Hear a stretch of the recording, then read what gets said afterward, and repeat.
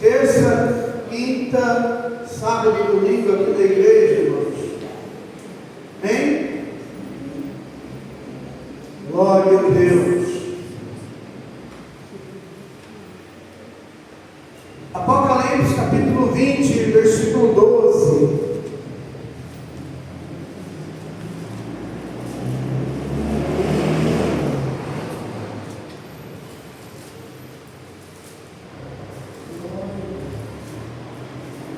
Tenha paciência hoje, a roteira é grande.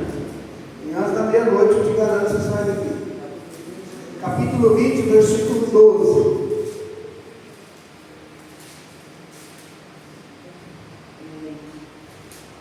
E vi os mortos, grandes e pequenos, que estavam diante de Deus. E abriu-se os livros, e abriu-se outro livro, que é o da vida.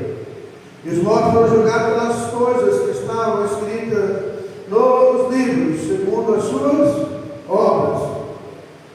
E deu mar os mortos que nele havia, e a morte e o inferno deram os mortos que neles haviam, e foram julgados cada um segundo as suas obras. E a morte e o inferno foram lançados no lago de fogo. Esta é a segunda morte.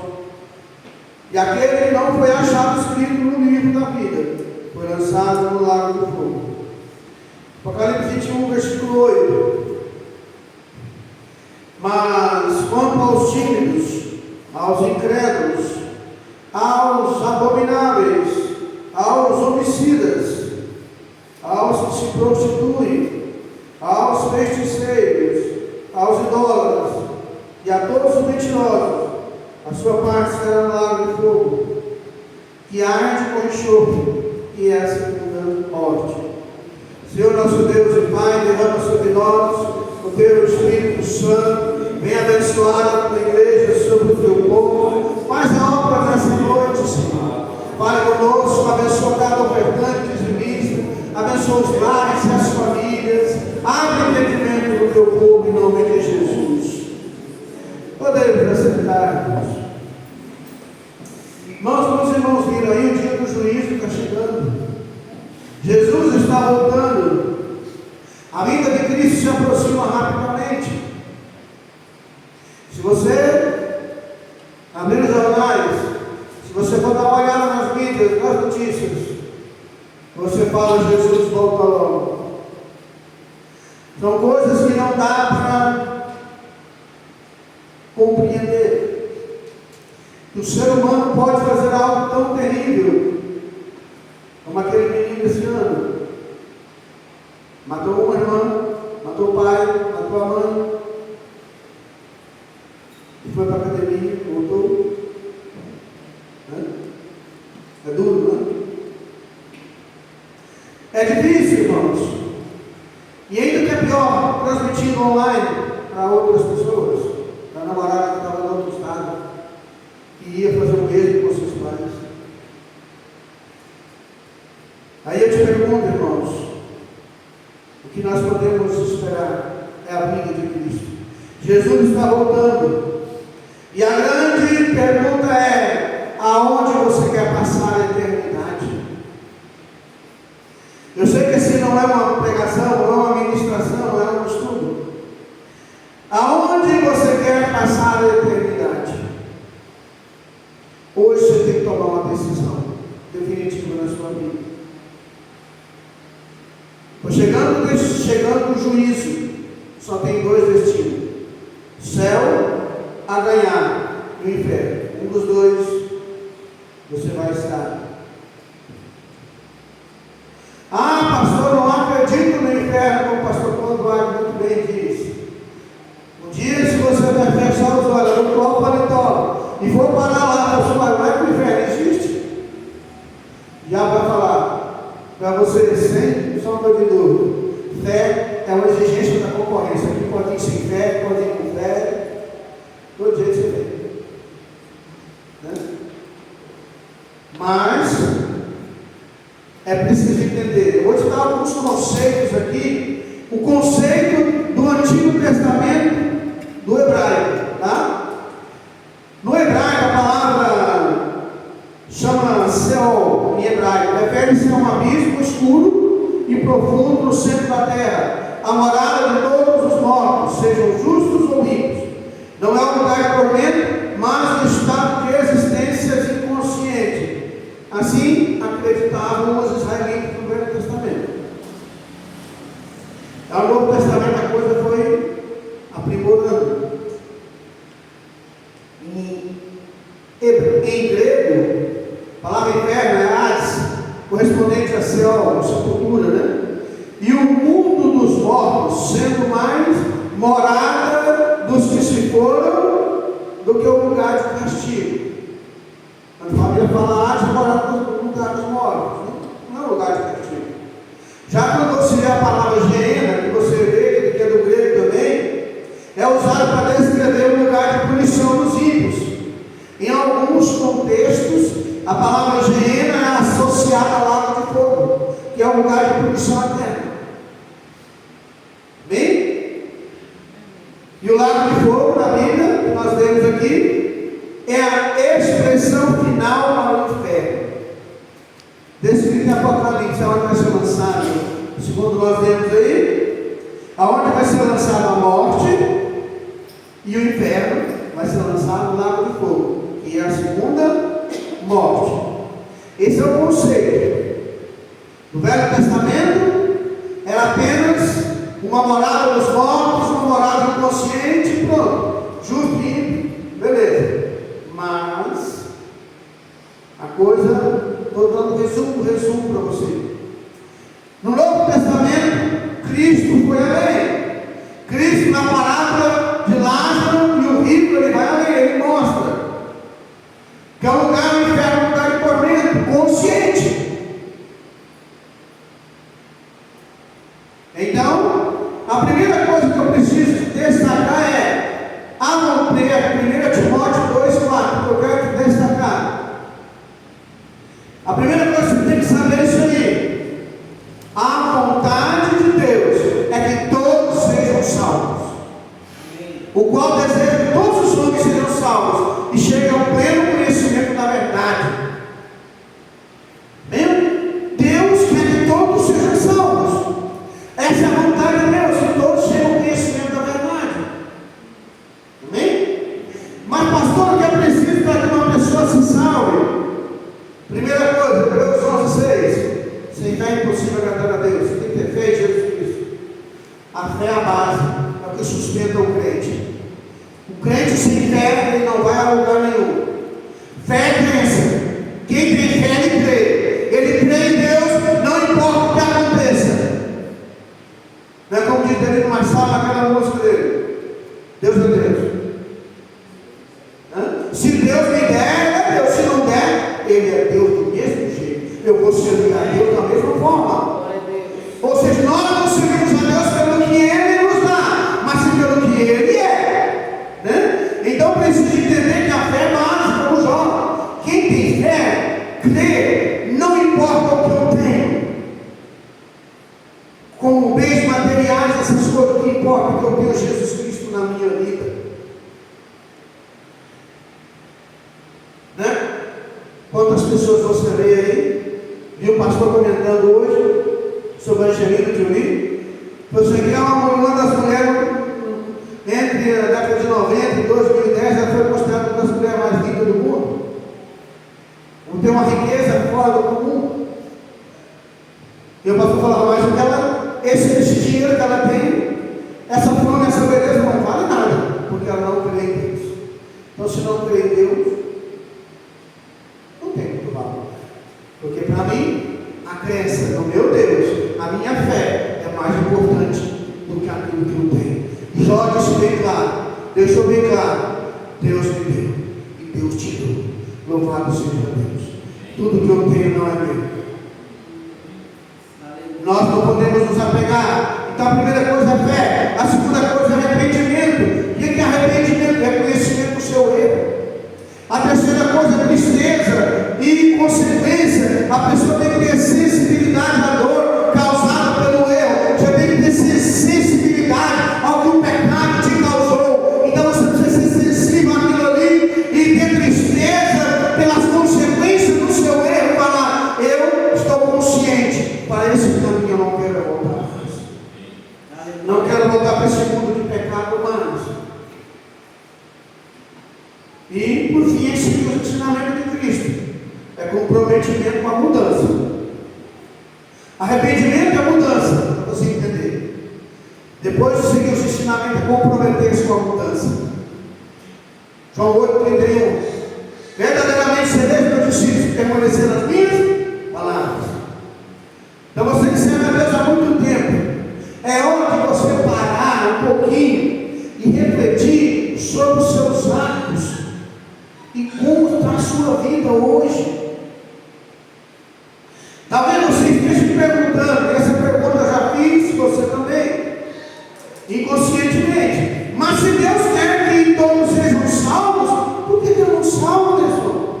Por que Ele não salva todo mundo? E eu te respondo. João 3,16, Evangelho de João 3,16, a resposta é essa. Porque Deus amou o mundo de tal maneira que deu ao seu Filho unigênito para que todo aquele que nele crê não pereça, mas tenha vida eterna. Deus amou o mundo. Isso quer dizer que a salvação foi providenciada para o mundo inteiro, para todas as pessoas. O apóstolo Pedro, quando ministrou em Atos capítulo 2, o primeiro batismo de arrependimento em nome de Jesus, primeiro sermão da história da igreja, foi Pedro quem pregou. Quando ele diz a promessa para vós, para vossos filhos, para todos quanto ainda estão longe. Isto é para todos quando nosso Deus chamar. Está falando de mim e de você. Estamos bem longe do apóstolo Pedro, distantes pelo tempo. Promessa para todos nós. Mas então por que ele não salva? Porque a pessoa precisa crer. Ela tem que ter fé. Jesus morreu por mim. Por isso eu disse hoje no começo para você repetir: eu sou especial. Não é porque você é melhor do que eu, não é porque você é melhor do que quem está lá fora, é porque Jesus ama você e derramou sangue lá na cruz, e você já reconheceu isso.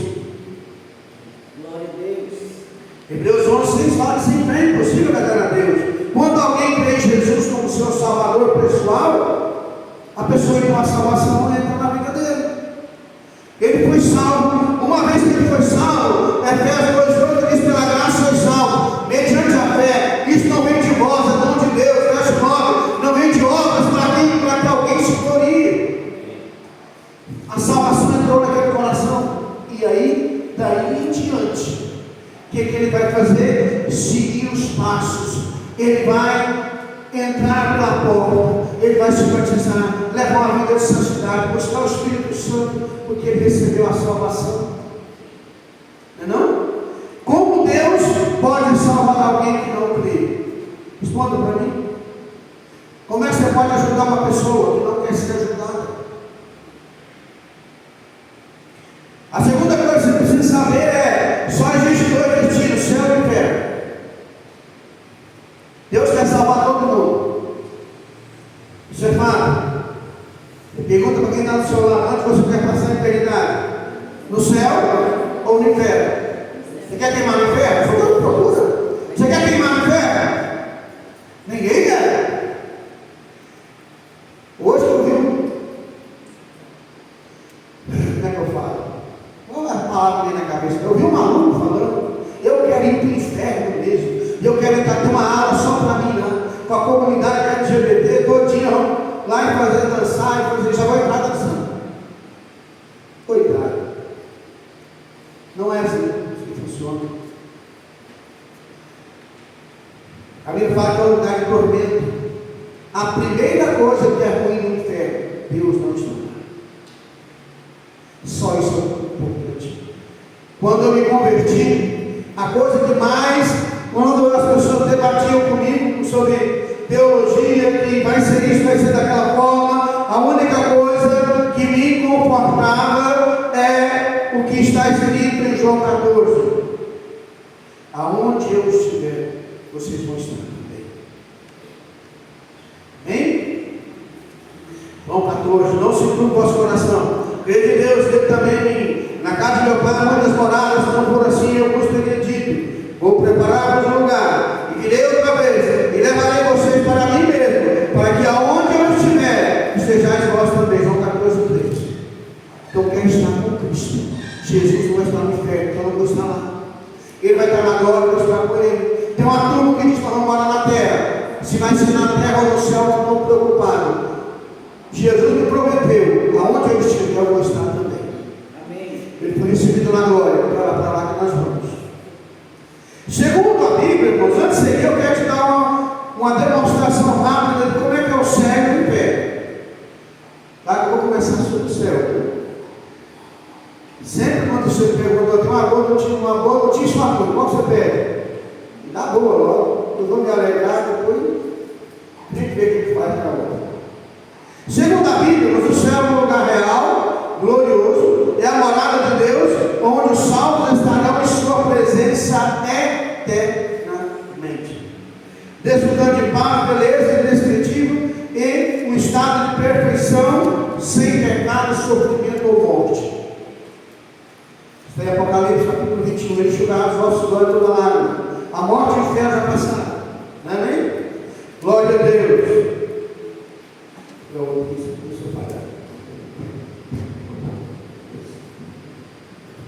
A morte e o inferno não vai existir mais.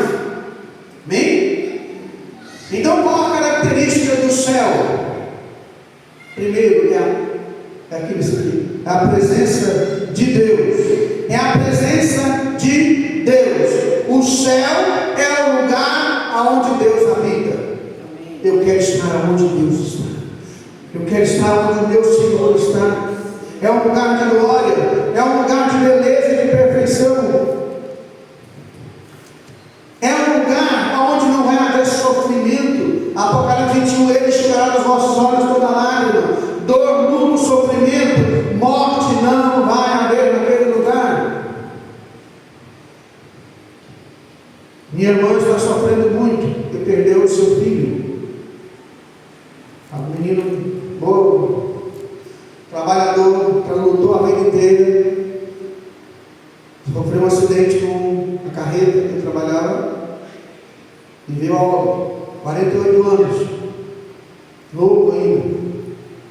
Já falei dele essa semana, aqui na igreja, na quinta-feira, justamente quando eu tinha que foi.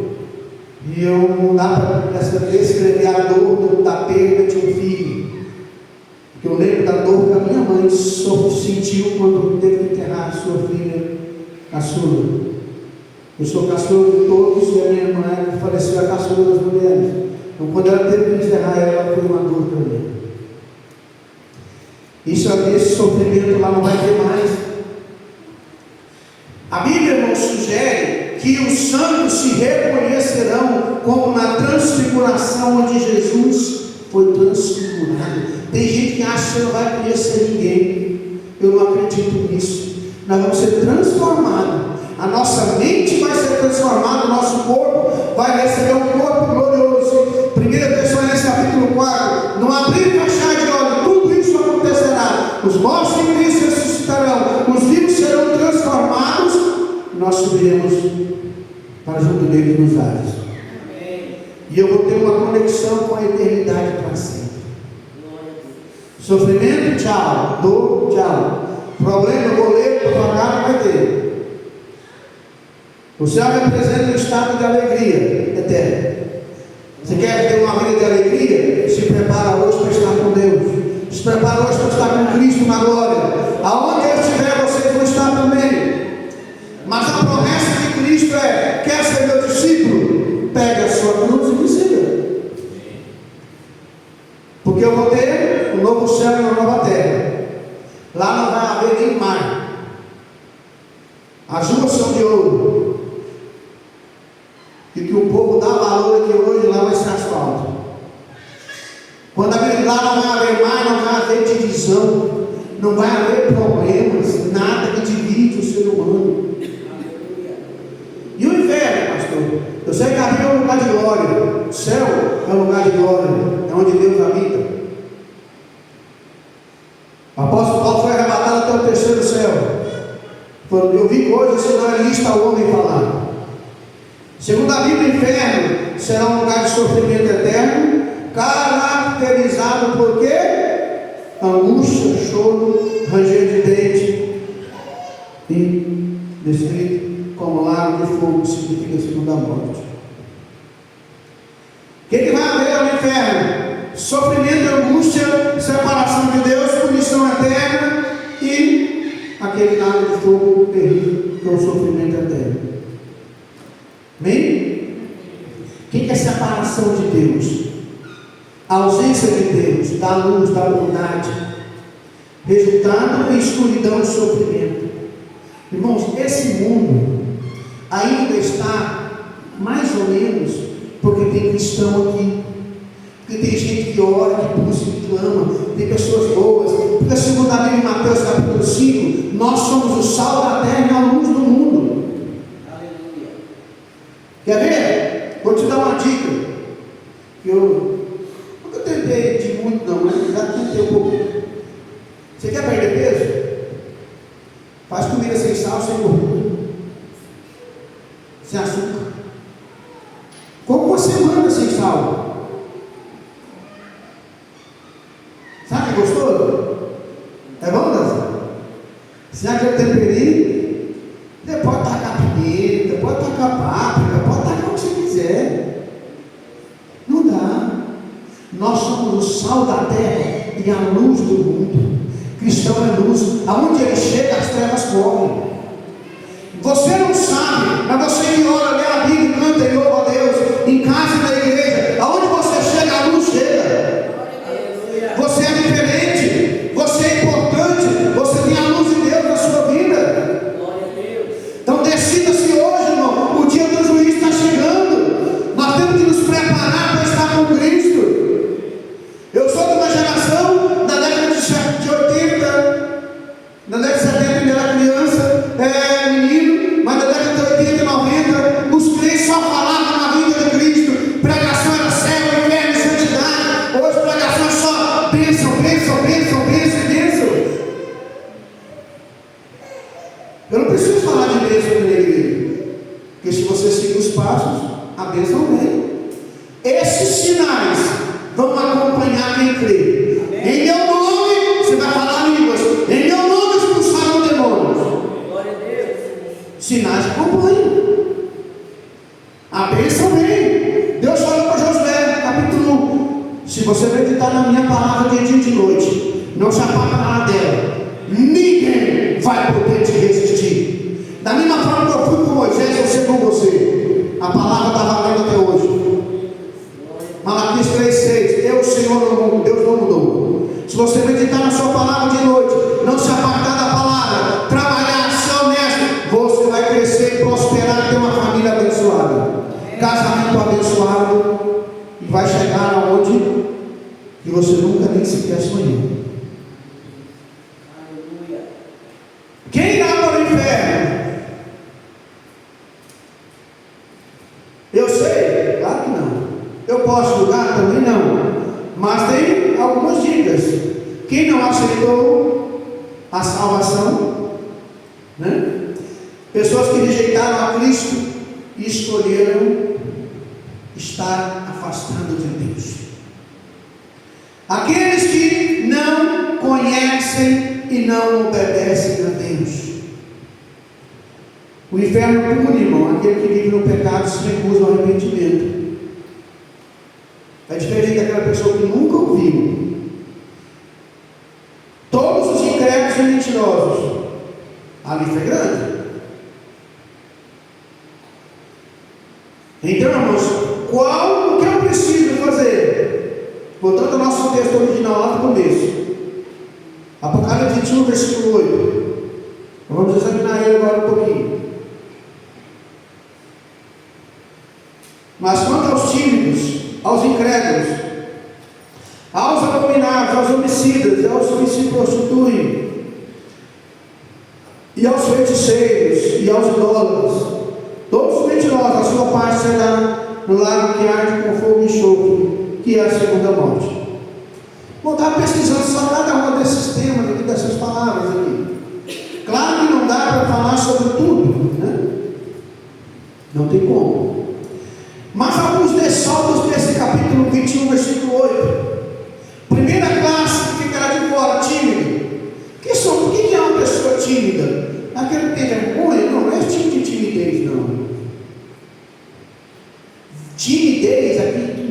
no sentido bíblico, é vergonha e falta de confiança em Deus.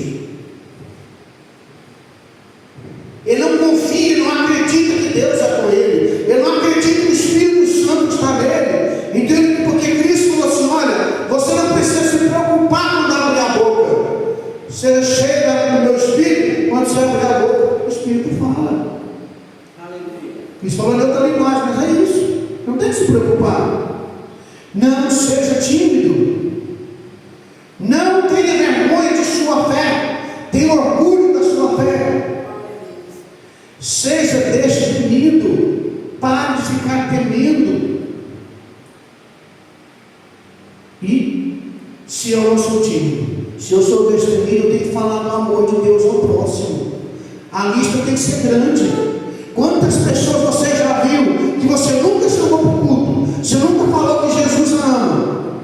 Olha, irmão, Jesus te ama, você precisa conhecer o amor de Deus que eu conheci. Isso é timidez. Essa timidez te leva para longe de Deus. Apocalipse aqui fala diferente. Mas eu vou dizer assim: a timidez é um problema. Porque a timidez leva a outras coisas. Eu era muito tímido. Já falei que eu não dava conta de falar em público. Eu gaguejava e não saía palavra nenhuma. Quando eu me casei, e antes de casar, fizemos um curso novo na igreja católica. Minha esposa teve que falar, porque eu dava conta. Tanto que eu gaguejava. Ficava nervoso. Mas orando, buscando e lendo, buscando, você vai deixando a timidez de lado e você se reconhece na pessoa de Cristo. Você vê os traços do Senhor na sua vida, porque você não é perfeito, mas o nosso Deus é perfeito e santo, e Ele nos enche da sua graça, do seu poder. Outra parte é os incrédulos. Sabe o que é incrédulo? É aquele que não acredita, aquele que não crê. Pastor, mas tem gente dentro da igreja que é incrédulo? Claro que tem. Aquele que não crê no Senhor, ele não crê em Jesus, não aceitou o Senhor como seu Senhor, então ele é incrédulo. O incrédulo não pode entrar no reino de Deus. Sabe o que a incredulidade também faz? Pessoa que reclama demais. Ele é incrédulo. Sabia disso? A incredulidade, uma das características dela é a reclamação. Ele não crê que Deus é com ele, então ele reclama o tempo inteiro. Por que ele é incrédulo? Porque ele não lê a Bíblia. Nunca leu o 1 Timóteo capítulo 6. Nunca.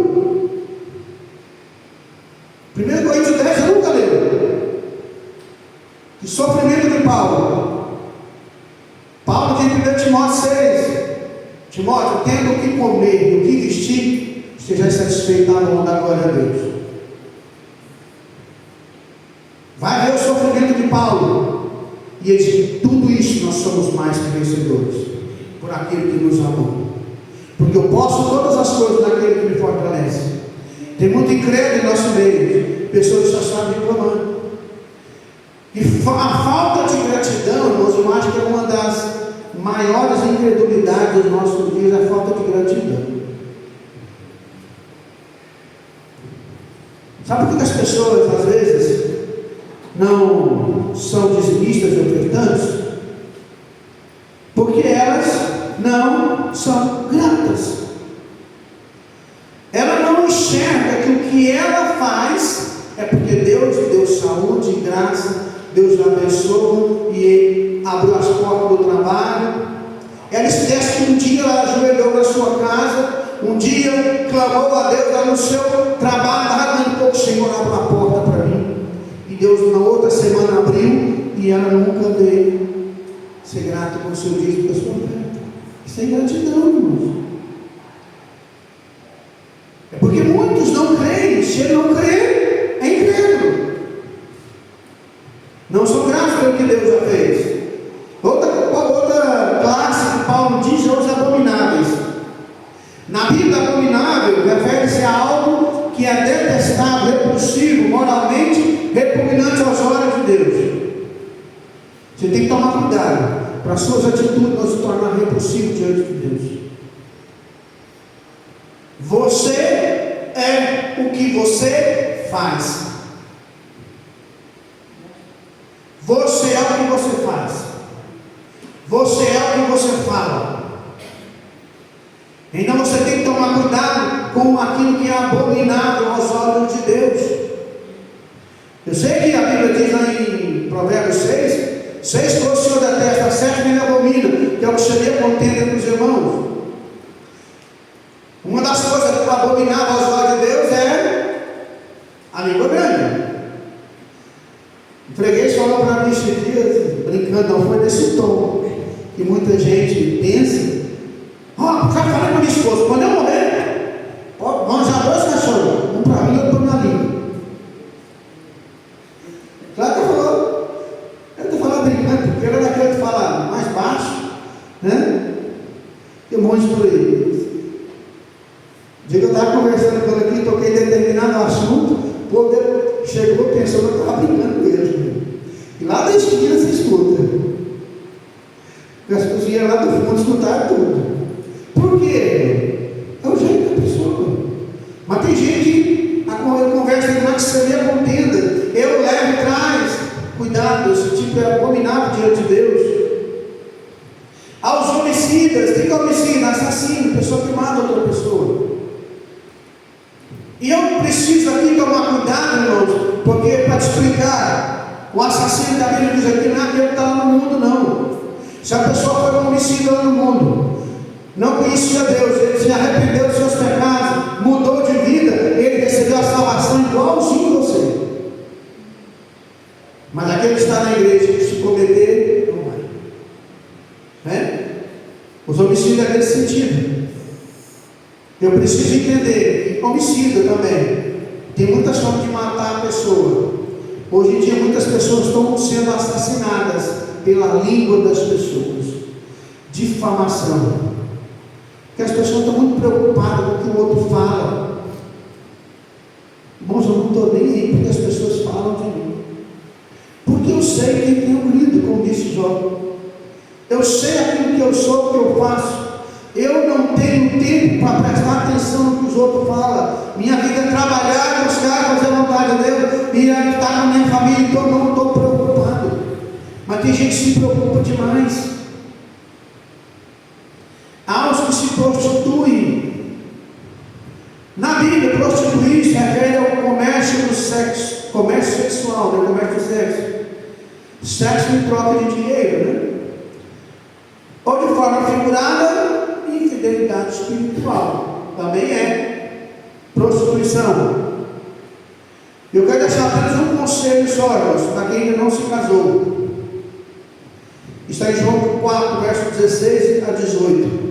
Isso é um conselho, tá? João 4, 16. Disse-lhe Jesus: vai, chama teu marido e vem cá. Jesus estava conversando com a samaritana por algum tempo. Lembrando que Jesus é o Deus que se fez carne, o verbo que se fez carne. João 1, o verbo que se fez carne habitou entre nós. Certo? João 1 e 14. Então Jesus, depois do meio da conversa, assim: vai lá e chama teu marido.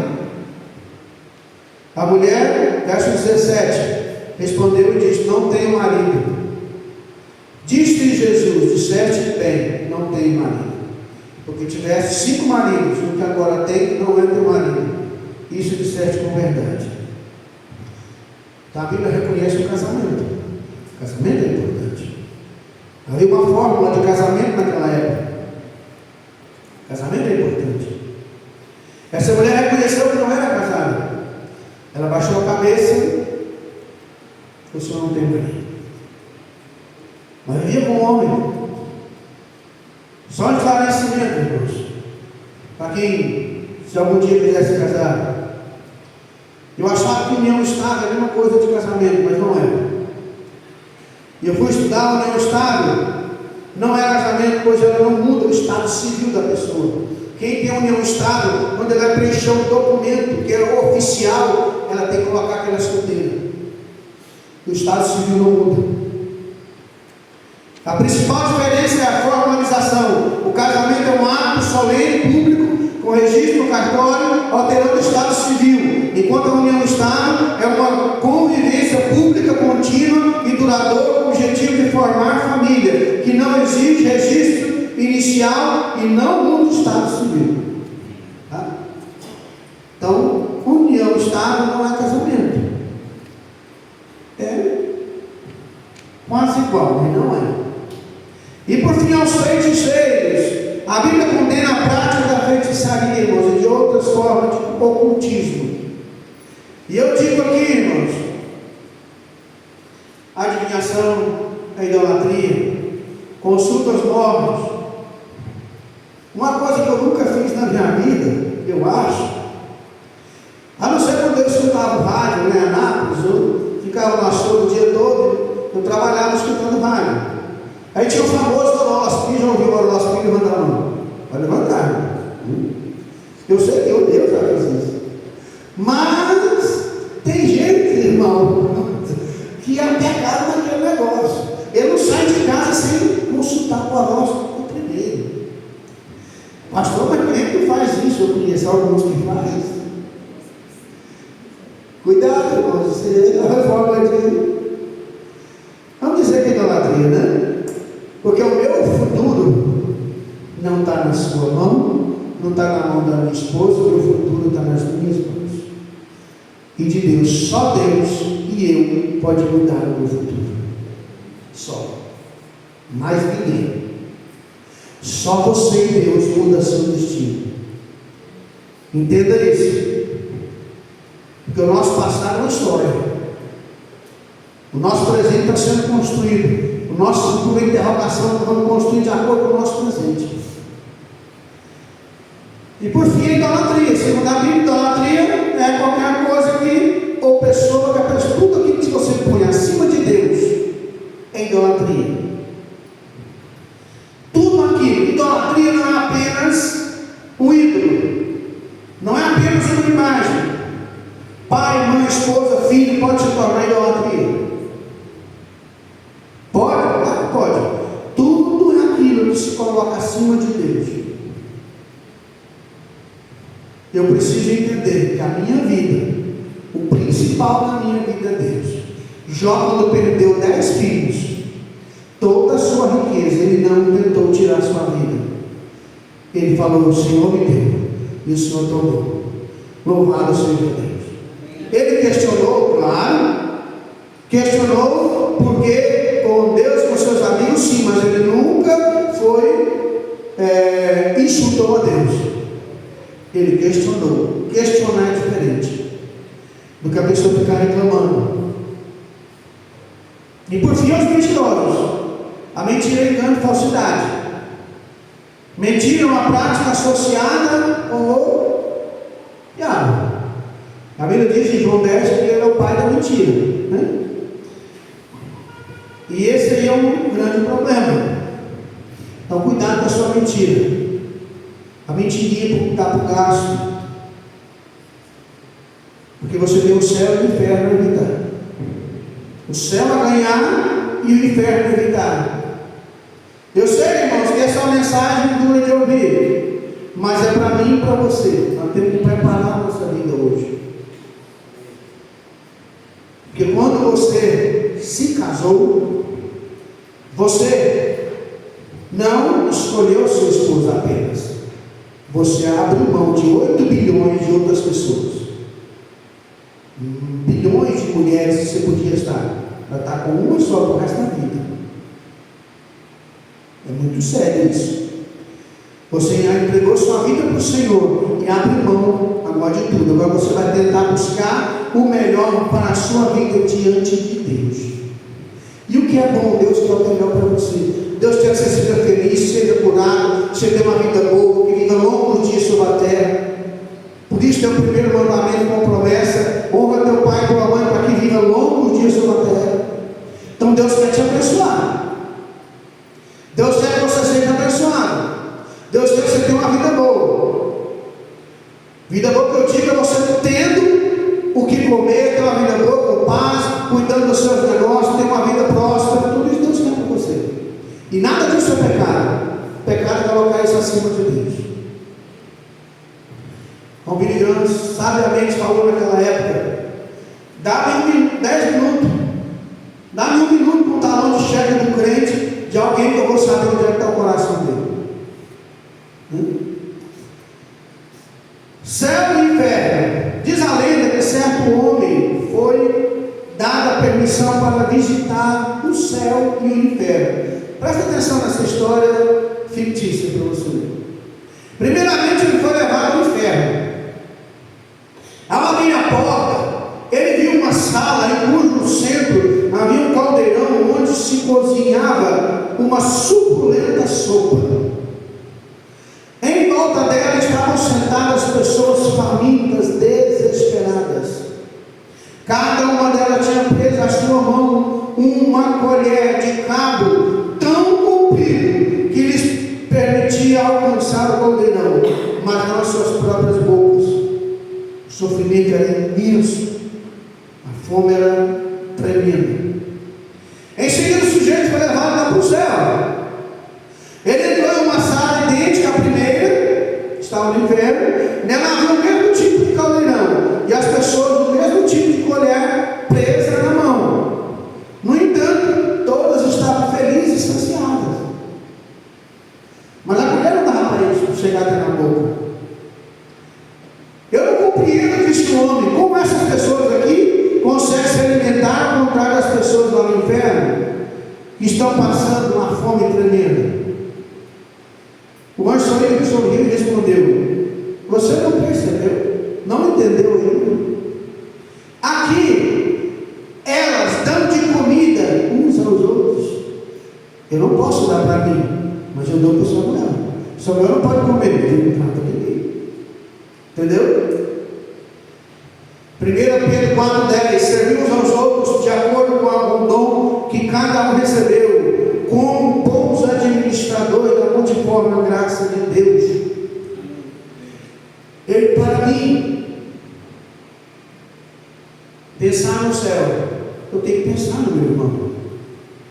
Eu não posso ser egoísta. Jesus deixou bem claro em João 13, 33 e 34, onde ele diz: olha, novo mandamento nos dou, 34 e 35, que vos ameis aos outros assim como eu vos amei. E nisto nós seremos seus meus discípulos, quando houver amor uns pelos outros. Cuida melhor do seu irmão que está do lado, irmãos. Pare de preocupar com a sua vida, pare de olhar para a vida do outro, no sentido, como eu posso abençoar, o que eu posso fazer para ajudar mais meu irmão, minha irmã. Você quer ir para o céu? Passa a servir a Deus com prazer. Passa a servir a igreja do Senhor. Passa a valorizar os cultos. Passa a estudar mais sua Bíblia.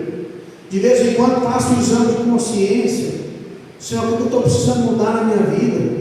Onde é que eu estou falhando? Onde é que eu estou errando? Onde é que eu estou errando? Onde é que eu falhei, Senhor? Por que eu não consigo mudar? Por que eu não consigo ser um crente melhor? Por que eu não consigo ser um marido melhor, uma esposa melhor? Então começa a se questionar. Que Deus vai te responder. Porque você tem uma vida só para viver. Então foi Roberto Justo que disse: nós não temos duas vidas, uma para ensaiar e outra para viver. Tem só uma vida e viver ela bem. Aproveitar bem seu tempo, como foi dito aqui hoje. Porque a gente não sabe o tempo que nós temos restante de vida. Mas eu sei que daqui a algum tempo nenhum de nós já está aqui. Mas onde estaremos? Na glória com Cristo? Sabe, vamos ouvir: vinde benditos de meu Pai. Ou vamos ouvir: apartai-nos de mim, malditos, para o fogo eterno. Que tive fome e não me deste de comer, tive sede e não me deste de beber. Eu não quero ouvir isso não, irmãos. Vamos ficar em pé.